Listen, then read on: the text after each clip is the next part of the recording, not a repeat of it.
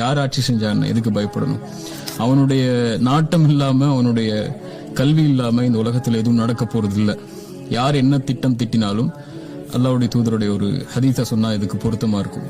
Love ஜதமஅத்துல் இன்சு வல் ஜின்னு அலா யன்ஃபஉக ஃபலா யன்ஃபஉக இல்லா பிஷைஇன் இல்லா கத் கதபஹு அல்லாஹு லக்.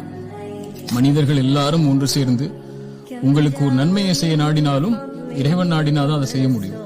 மனிதர்கள் எல்லாரும் சேர்ந்து, இந்த ஆட்சியாளர்கள் எல்லாம் சேர்ந்து, அல்ல இந்தியாவில் இருக்கக்கூடிய எதிர்ப்பு தரப்பு எல்லாம் சேர்ந்து உங்களுக்கு ஒரு கெடுதலை செய்ய நாடினாலும் இறைவன் நாடினாதான் செஞ்சு முடிக்க முடியும்.